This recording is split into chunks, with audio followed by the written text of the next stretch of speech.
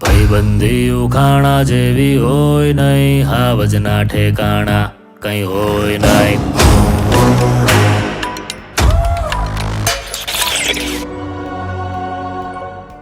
કેમ છો દોસ્તો?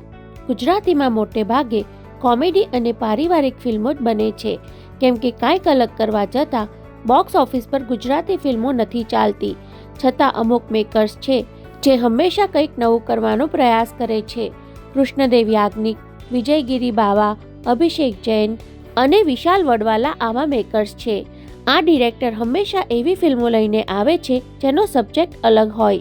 આ વર્ષે અવનવા સબ્જેક્ટ ધરાવતી ઘણી ફિલ્મો આવી રહી છે, જેમાં વિશાલ વડવાલાની ફિલ્મ સમંદરની રાહ દર્શકો આતુરતાથી જોઈ રહ્યા છે. KGF, પુષ્પા અને સાલાર જેવી સાઉથની ગેંગસ્ટર ડ્રામા જેવી આ ગુજરાતી ફિલ્મ છે. અત્યાર સુધીમાં 2 એનાઉન્સમેન્ટ વિડીયો અને 2 ગીતો આ ફિલ્મના રિલીઝ થઈ ગયા છે, જેમાં આદિત્ય ગઢવીના અવાજમાં માર હલેસા ગીતે ધૂમ મચાવી છે. પુષ્પાના ઉ અંટવા જેવું આઇટમ સોંગ દિલના દરિયામાં પણ રિલીઝ થયું છે, જેમાં મમતા સોનીનો અદ્ભુત ડાન્સ જોવા મળ્યો છે. હવે આ ફિલ્મનું ત્રીજું દોસ્તીના એન્થમ જેવું ગીત સાવજના ઠેકાણા કાંઈ હોય નહીં રિલીઝ કરવામાં આવ્યું છે. ભાર્ગવ પુરોહિતની કલમે લખાયેલું અને ગવાયેલું ગીત વારંવાર સાંભળવું ગમે તેવું છે. ગુજરાતના AR રહેમાન જેવા કેદાર અને ભાર્ગવની જોડીએ મ્યુઝિક તૈયાર કર્યું છે.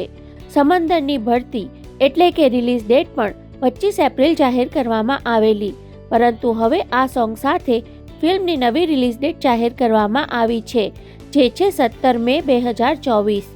આ ગીતના શબ્દો, મ્યુઝિક અને સિનેમેટોગ્રાફી અદ્ભુત છે.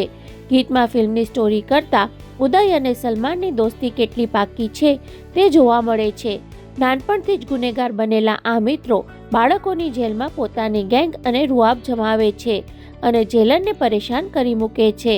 આ ફિલ્મમાં ઉદય સલમાનના નાનપણથી લઈ તેમના સમંદર પર સામ્રાજ્ય સ્થાપિત કરવા સુધીની સફર જોવા મળવાની છે.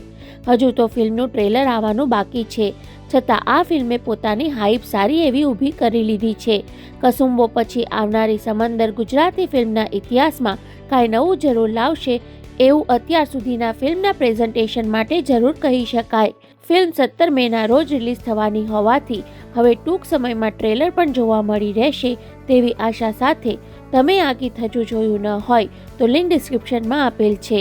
જોઈને જણાવજો કે તમે ફિલ્મ માટે શું વિચારો છો, અને ગુજરાતી ફિલ્મોની અવનવી અપડેટ જાણવા હંમેશા જોડાયેલા રહો ફિલ્મ રિવ્યૂ ગુજરાતી સાથે.